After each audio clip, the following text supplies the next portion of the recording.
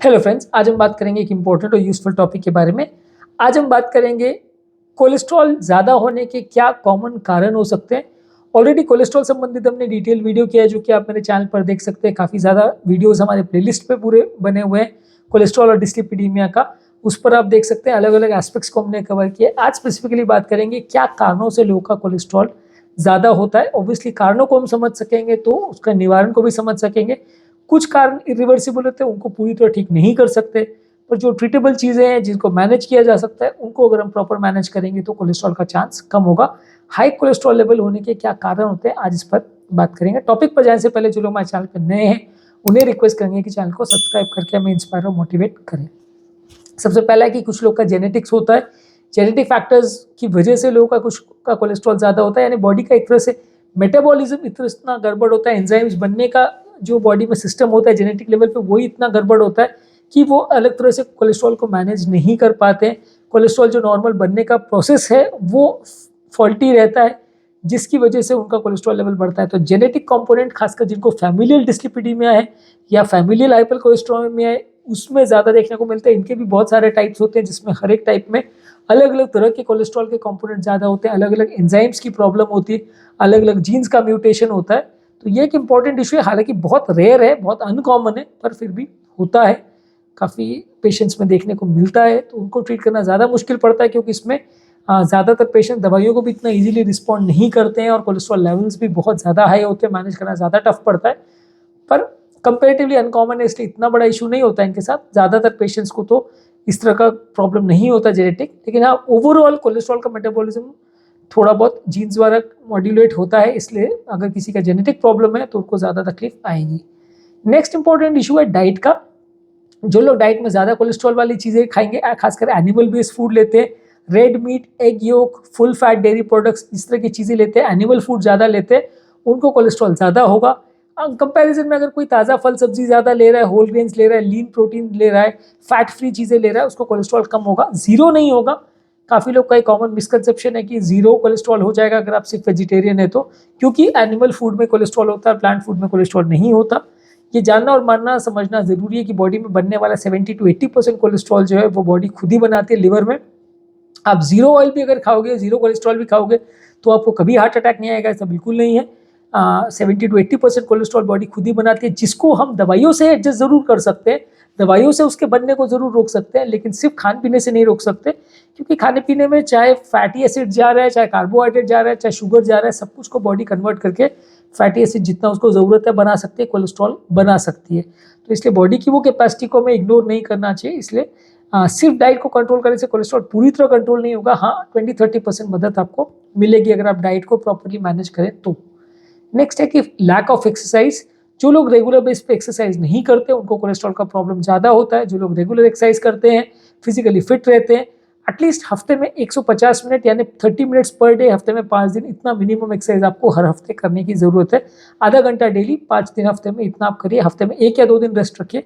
मेरा रिकमेंडेशन तो है कि डेली करना चाहिए। चलिए, फिर भी अगर आप नहीं कर पा रहे, 1 या 2 दिन रेस्ट लेना भी चाह रहे हैं तो भी ले सकते हैं, लेकिन एटलीस्ट आधा घंटा डेली एक्सरसाइज होना चाहिए।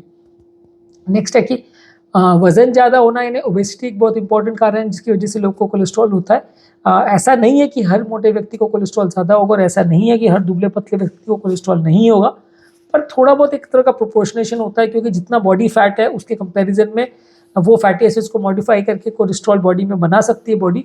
तो अगर आपका वजन ज़्यादा है तो कोलेस्ट्रॉल बॉडी में ज़्यादा होने का चांस ज़्यादा है, गारंटी नहीं है। तो आपको बॉडी वेट को कम रखना चाहिए। ओबीस जो लोग हैं उनको कोलेस्ट्रॉल ज़्यादा होगा। नेक्स्ट है, जो लोग स्मोकिंग करते हैं उनकी भी बॉडी में एक तरह से कोलेस्ट्रॉल ज़्यादा बनता है। कोलेस्ट्रॉल बॉडी में उनमें डिपोजिशन भी ज़्यादा होता है, कि बॉडी में उल्टा इन्फ्लेमेटरी साइटोकाइन ज़्यादा बनते हैं, बॉडी में इन्फ्लेमेशन एक तरह से ज़्यादा होता है, जिससे नलियों में कोलेस्ट्रॉल जमा होने का चांस भी बढ़ता है और कोलेस्ट्रॉल बनने का चांस भी बढ़ता है। और नॉर्मल या गुड कोलेस्ट्रॉल भी जो है वो भी कुछ हद तक स्मोकिंग से कम होता है। जो लोग स्मोकिंग करते हैं उनको कोलेस्ट्रॉल रिलेटेड प्रॉब्लम ज़्यादा होंगी। स्मोकिंग बंद कर देंगे तो प्रॉब्लम्स कुछ हद तक बेटर होंगी। नेक्स्ट है कि डायबिटीज़ एक ऐसी कंडीशन है जिसमें कोलेस्ट्रॉल ज़्यादा होता है। इनफैक्ट नॉर्मल कोलेस्ट्रॉल लेवल्स भी अगर हो तो कोलेस्ट्रॉल डिपोजिशन नली में होने का चांस कई गुना ज़्यादा रहता है। हार्ट अटैक और कोलेस्ट्रॉल रिलेटेड ब्लॉकेज का प्रॉब्लम या हार्ट रिलेटेड प्रॉब्लम्स होने का चांस नॉर्मल व्यक्ति से 4 से 5 गुना ज़्यादा होता है डायबिटिक पेशेंट्स में। तो इसलिए अगर आपको डायबिटीज़ है तो कोलेस्ट्रॉल साथ में कैरी पैकेज में साथ में ही आएगा। तो डायबिटीज़ को अगर आप अच्छा कंट्रोल करोगे तो कुछ हद तक आपको कोलेस्ट्रॉल कंट्रोल करने में मदद मिलेगी, पूरी तरह से नहीं, पर हाँ कुछ फ़ायदा मिलेगा। डायबिटीज़ वाले पेशेंट को ज़्यादा ध्यान सावधानी रखने की ज़रूरत है। नेक्स्ट है कि जैसे लोगों का एज बढ़ते जाता है उस तरह से लोगों का कोलेस्ट्रॉल भी बढ़ते जाता है। कोलेस्ट्रॉल का मेटाबॉलिज्म धीरे धीरे करके इफेक्ट होता है, इसलिए उनको एज वाले पेशेंट को ज़्यादा सावधानी रखने की ज़रूरत है। इसके अलावा फीमेल जेंडर में कंपेरेटिवली कोलेस्ट्रॉल कम होता है, क्योंकि बॉडी में जो एस्ट्रोजन हार्मोन है वो आपको कोलेस्ट्रॉल से बचाता है। तो जब तक महीना आना चालू रहता है या मीनोपॉज नहीं आ जाता तब तक कोलेस्ट्रॉल लेवल्स कुछ हद तक बेटर कंट्रोल होते हैं फीमेल पेशेंट्स में।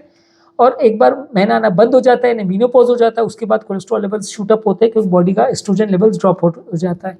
इसलिए फीमेल जेंडर में कंपेरेटिवली हार्ट डिजीज से प्रोटेक्शन रहती है मीनोपॉज से पहले तक। एक बार मीनोपॉज आ जाए तो उसके बाद फिर कोलेस्ट्रॉल बढ़ जाता है, हार्ट अटैक का चांस बढ़ जाता है। नेक्स्ट है कि मेडिकेशंस पे डिपेंड करता है। कुछ लोग जो स्टेरॉइड्स ले रहे हैं, पेशाब बढ़ाने वाली दवा, डायरेटिक्स ले रहे हैं, बीटा ब्लॉकर्स ले रहे हैं और कुछ एंटी डिप्रेसेंट मेडिसिन ले रहे हैं, ये भी हाई कोलेस्ट्रॉल कर सकती है। और ऑब्वियसली जो कोलेस्ट्रॉल कम करने की दवाएं बोलेंगे तो कोलेस्ट्रॉल कम होगा। तो किस तरह की मेडिसिन आप यूज़ कर रहे हैं उस पर भी कई बार आपका कोलेस्ट्रॉल लेवल डिपेंड करता है। जो मेडिसिन कोलेस्ट्रॉल बढ़ाती है जैसे non selective beta blockers, steroids, diuretics और कुछ एंटी डिप्रेसेंट्स, तो ये सारी चीज़ें आपको ज़्यादातर कोलेस्ट्रॉल लेवल को अफेक्ट करती है, तो उनको आपको ज़्यादातर अवॉइड करना चाहिए और कोलेस्ट्रॉल कम करने वाली मेडिसिन को लेना चाहिए। नेक्स्ट है कि फैमिलियल हाइपरकोलेस्ट्रॉल में एक जेनेटिक प्रॉब्लम है जो कुछ पेशेंट्स में देखने को मिलती है, ये भी कोलेस्ट्रॉल का प्रॉब्लम हो सकता है। तो जिन लोगों को भी ये प्रॉब्लम है उनको एलडीएल कोलेस्ट्रॉल को क्लियर करने के लिए प्रॉपर थेरेपी लेने की ज़रूरत है।